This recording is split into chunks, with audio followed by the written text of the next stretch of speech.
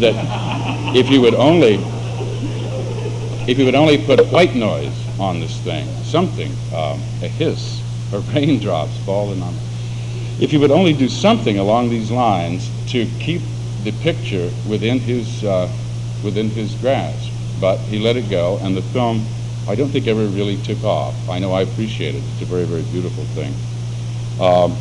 But silence too is dangerous. If you realize that the sound of the audience, you cannot be at each performance. Therefore, you must realize that you must help the audience to see your film by putting a division between the people so that they can see it as you made it if you want them to.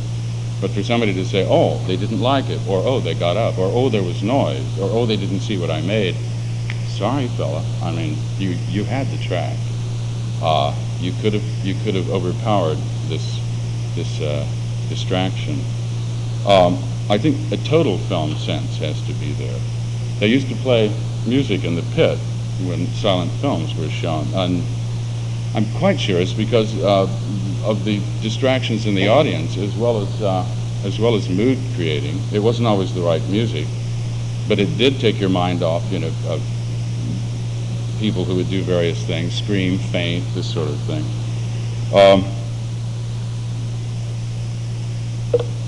About radio, yeah, I would like to write a thing on that.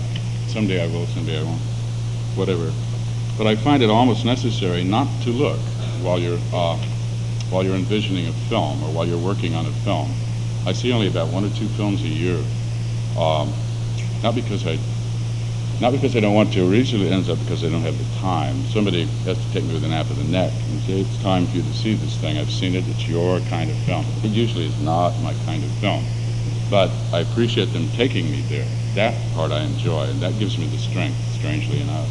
Some people in Berkeley took me by the nape of the neck to see 2001. I said, I'm editing.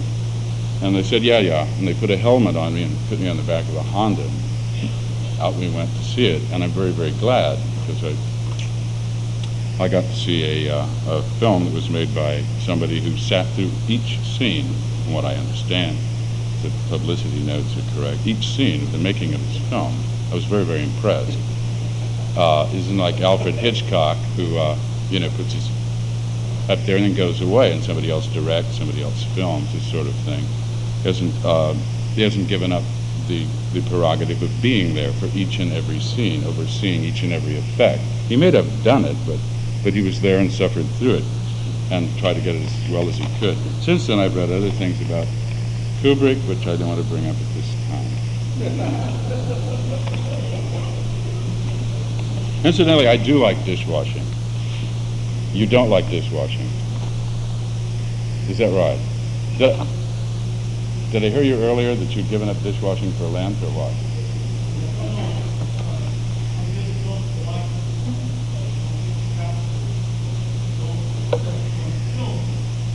Oh, I see. Well, yeah. Well, I find it very cathartic. I purge myself of various things, putting on Lady Dufont gloves, getting in and just scrubbing everything. And I read a Ray Bradbury story one time. What was it? It was where some guy kills another guy in a room and then wipes off the glass and starts to go out the door. And he thinks there may be prints left on the table, and goes back and he cleans the table. They found him 3 or 4 days later, babbling idiot, had washed everything in the house.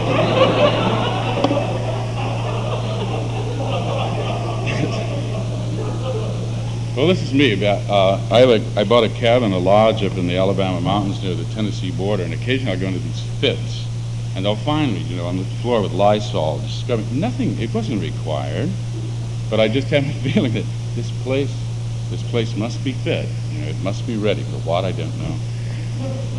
But I'll get in. It's a very, very casual place, but I'll get in, I'll scrub around with things like this, and look at that sparkle, look at that goddamn, fantastic. It's not quite right. It just, it doesn't add up to anything. I'm not going to film it.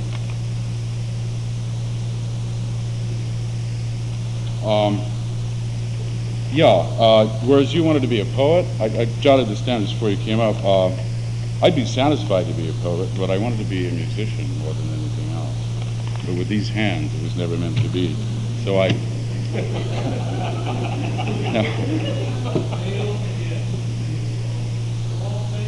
What? You...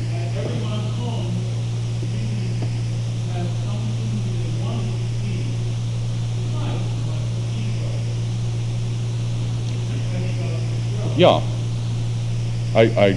I really believe that that denial can help. It sort of squirts you out another end of the tube. You expect the toothpaste to go out here and comes out the rear end. So perhaps film is just so much, it should have come out the other end. I don't know. You'll never know. But anybody who goes directly into film, I really don't know. I really don't. Well, we have, don't tell me, I'll tell you, Stevens Jr., head of the AFI, who grew up in film and probably could not film if they paid him. And I think they're paying him, and still he can't hack it. After I showed him Watersmith, I was asking Robert during breakfast, I forget what it was. Oh, I was saying, how did they like your film, Bob Frank? And at the AFI, and he said they didn't like it. And I said they come right out and say it. He said they were really rather outspoken about it. But for me, George Stevens, in the rather brusque Kennedy manner, just grabbed me by the shoulder with his shirt sleeves up to here in Beverly Hills, and walked me out into this setting that was used for. Goddamn, The Loved One. You know, all of those gardens and all. This was filmed at Greystone there in Beverly Hills, and we went walking, and he said, "Will, God damn," he said, "now there's that scene where that guy jumps in the water, and the water turns black, and he turns electric green and swims right at you, all alone in black. How'd you do that?" And I mumbled something. I said, "Frame at a time." And oh, God damn, that was really stuck.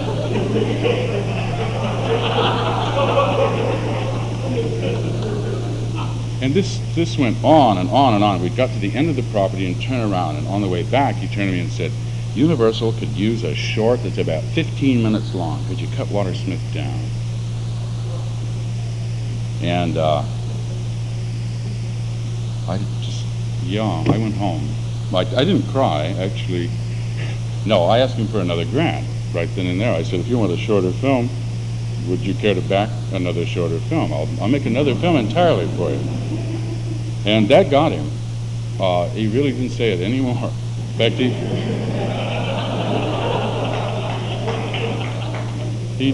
fact, he hasn't said very much to me at all since that time. There's some things I'd like to say, but it would sound a little show-offy, because I think I've had a rather good life, and I believe you do have to have some smooth parts of your life in order to reflect. For art, you must reflect. It must go through the self at some point. And if you're constant, I think this is the reason we don't have an awful lot of art during periods of dark ages, this sort of thing. It's not because the art isn't there, it's because you're too busy, hungry, searching for things, because you're starved to death, or you need shelter. We need a period midway between affluence and conflict. And the conflict preferably should be within, and just a touch without. And you should be able to be free without this feeling of you're doing wrong by sitting and thinking. I often say, just sit and think. Don't be afraid. Nobody's going to flunk you for sitting and gazing out the window. I say this to most people, just sit down and listen to yourself for a change. And listen long, and finally we'll just keep discarding things that we've seen before and heard before until we get down to something that probably you thought was not worth a thing in your life. Now it can be you. The film we're about to see, I don't know, was both of them were off the top of my head. My body was running. My bowels were not. But the body of the film is, I'm sorry, it does occasionally seep in rather bad humor. the film was done separately. The soundtrack on Chinese Fire Drill and the one on 29 Merci they were done 2 nights apart. I was working for Pacific Gas and Electric, sorting IBM cards, and I would go home at night and want to film very, very badly, but I couldn't, so I would go home and just talk into a tape recorder. And I set up 2 exercises for myself, verbal. One was a Texas accent, which was used in this one, and the other one was sort of a Hungarian gypsy accent, which was used in Chinese Fire Drill. Strangely, these 2 are sort of linked at the hip, and then I noticed in the title, The Uncle and His Magic Fire Drill. I'd forgotten I'd written that, and Oh, Alabama. I'd forgotten that too, but I showed up, and it's sort of prophetic, and Chinese, not pathetic, I don't think, but prophetic. Things do come out when you don't think about it. The sound was done 2 years before the picture on this. I'm really telling you just so you can think about it. It's not necessary to link up the 2, but they do unfortunately link up.